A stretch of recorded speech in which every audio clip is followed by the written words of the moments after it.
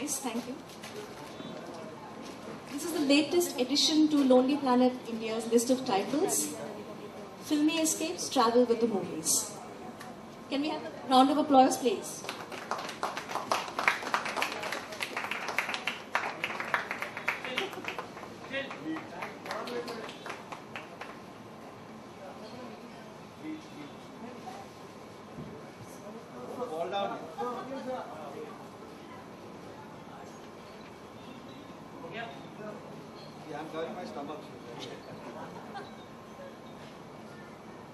Before we launch into the panel discussion, I would just like to say a few words about the book. This book is a tribute to the phenomenal journey of Indian cinema, which is celebrating its 100th year now. Much before travel agencies, airlines, guidebooks, package tours came into our lives, we traveled the length and breadth of our country through the eyes of the filmmaker. So they are the real creative explorers. So what does this shift really mean to the filmmaker? Is it just a phase, or do you feel that Bollywood is becoming more real, more grounded, or this is a matter of acknowledging the millions of film lovers who are outside our big cities? Mahesh, I would like to start with you. What are you? Well, I think what's very important to first understand that a filmmaker essentially struggles to give the viewer a new experience. What one looks for in life is not for the meaning of life, but wants an intense experience of life. That's why when you fall in love, it's an experience. What is the meaning of a beautiful sunset? What is the meaning of a beautiful flower? What is the meaning of a starlit night? It's an experience.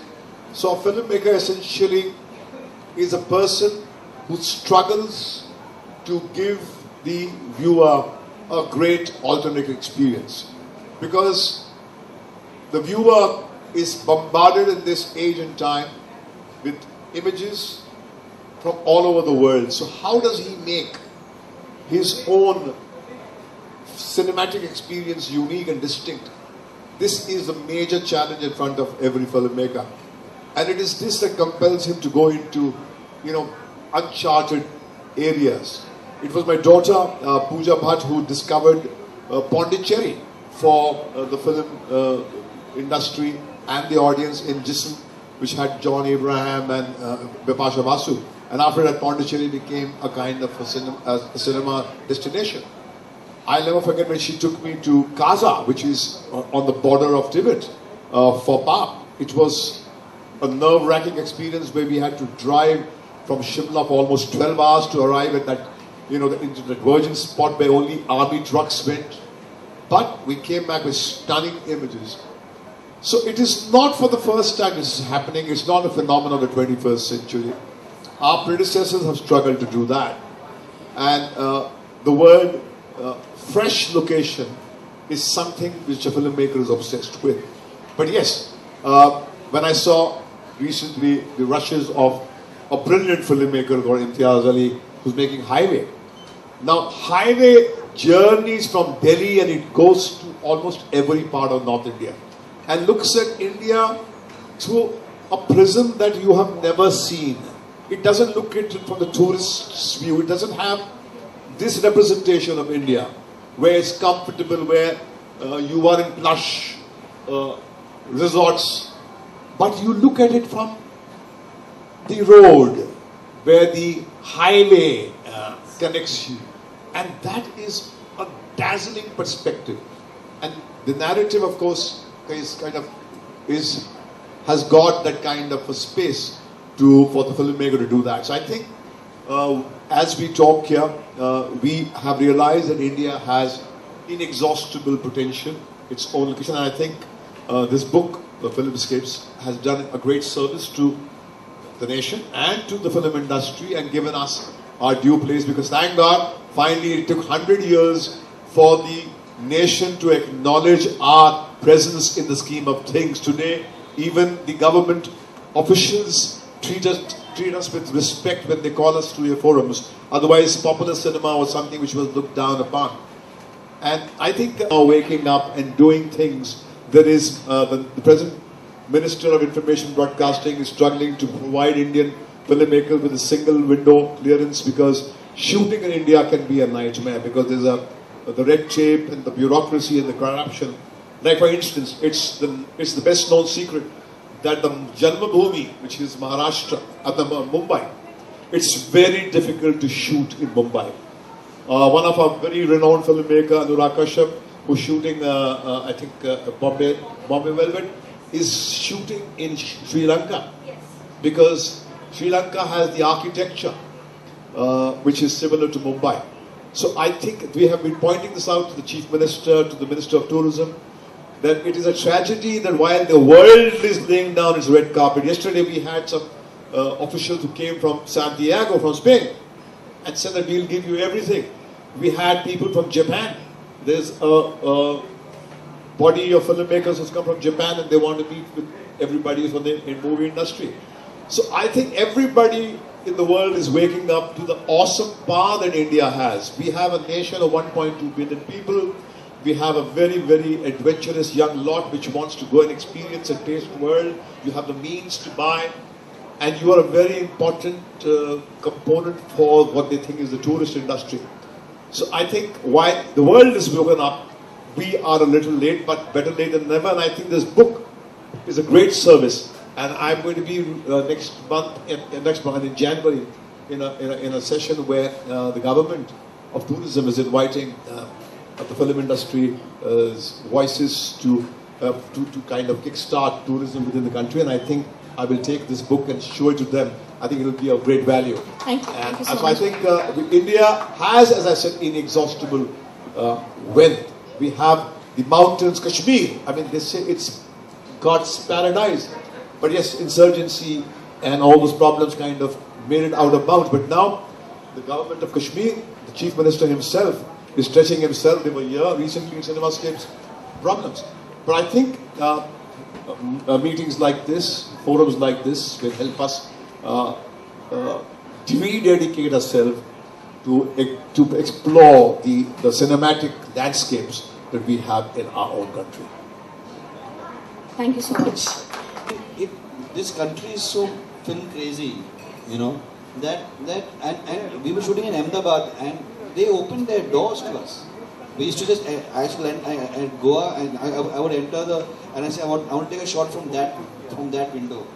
And usually, as a filmmaker who's been shooting all over the world, you would think about, oh, you need the permission, you need to go, you need to ask the question over there. In India, you can just say that and he says that, oh, Irfan Bhai ka shot lene hai, aja, what will you eat, what will you eat? So it's wonderful, you know. So why would you want to go and shoot anywhere else in the world? I mean, the interesting thing is that thanks to a lot of filmmakers that are now coming from the heartland, so to say, Kanpur, Aligarh, Allahabad, Delhi, and Calcutta. Lots of filmmakers are now, I mean, and the studios also not shying away, are not using that formula that, you know, if it's a big mainstream film, aapko abroad shoot karna hi hai. In fact, it's like you said, thanks, maybe because of the rupee, it's become a little detrimental. You know, so the studios also embracing and saying, okay, you know, why don't you shoot in Banaras? Anjana was shot in Banaras. Or Lutera being shot in Calcutta. I mean, right now, like Bhatt sahab was saying, Kashmir, as we speak, there are 4 films at this point being shot in Kashmir. Either by Vishal Bhardwaj, Abhishek Kapoor is going to be shooting Kittur over there. Yeah, Ye Jawani Ye Diwani has just finished shooting. We are doing a location scout for Kashmir. So, I mean, it's I think there's been a massive shift in terms of, you know, that mainstream cinema, mainstream Indian Hindi cinema means shooting in Switzerland or London or New York. It's now become, what can you do? How can you, you know, make India more relevant in your scripts? And this country makes, and we make every kind of film, right? And there are movies which are completely unpretentiously kind of conceived in a space which is in La La Land, which has its own inherent logic, and for that you can begin from your own set and go to Kashmir, go to Switzerland, and you go to New York. So, and the audience is willing to be transported into the alternate reality. And then there is another film which is very to the ground truth. And there is a constituency, especially people who come into these places like here, buy books, who want a so-called quote-unquote real portrayal of their own environment. So they would like to see the landscapes through that. For example, Anurag Basu shot Darjeeling. And now he had problems in Darjeeling. And when I went to Darjeeling, I had to sit down and broker peace between Anurag and the establishment of Darjeeling, where they had this kind of bad blood. So I think as responsible Indians, we need to understand that there is a disconnect between the bureaucracy and the filmmaker. Because my daughter who was shooting in Jaipur had problem because, you see, we have an unwritten law that if he is shooting, if he's shooting for a film and the shot is being taken, if I go there, the spot boy will say, "Sir, ruk jaiye, shot chal raha hai." Now I will have to wait, and even if Mr. Amitabh Bachchan or Mr. Shah Rukh Khan goes, they will have to wait. But what happened there was that there was an SP who was told by the spot boy, "कि साहब आप वहाँ नहीं जा सकते हैं, shot चल रहा है." So he saw blood, and he felt his authority being challenged, and so he behaved like an obnoxious, power-drunk bureaucrat, and that contributed to my daughter packing up shooting from there and saying, "I'm not going to shoot in that area." Then the Chief Minister's office wrote to us and made apologized and said that it was an aberration. But I think the country needs to also wake up to the cinematic world. You see that we are different people. We have our own compulsions, and we have our own. We don't mean disrespect to anybody. We might behave in a particular way. It's because we have very little time. We have 8 hours. We have limited sunlight, and we work with a lot of pressure. So I think slowly and surely, every state we shoot in will have to give us a nodal officer who will help us tide over the problems. Because, as I said, Mumbai, our Janmabhoomi, here in spite of the permissions that we have to pay money to people on the street, on the hour, by the hour, and our attempts to complain to the police, to the highest office, has fallen on deaf ears because it's a monstrous problem which we can't deal with. Corruption has become a way of life. That's why people opt. There's a often whispered, "Okay, bhaiya, chalo, let's go to South Africa and shoot. It's better to shoot in South Africa than to shoot here."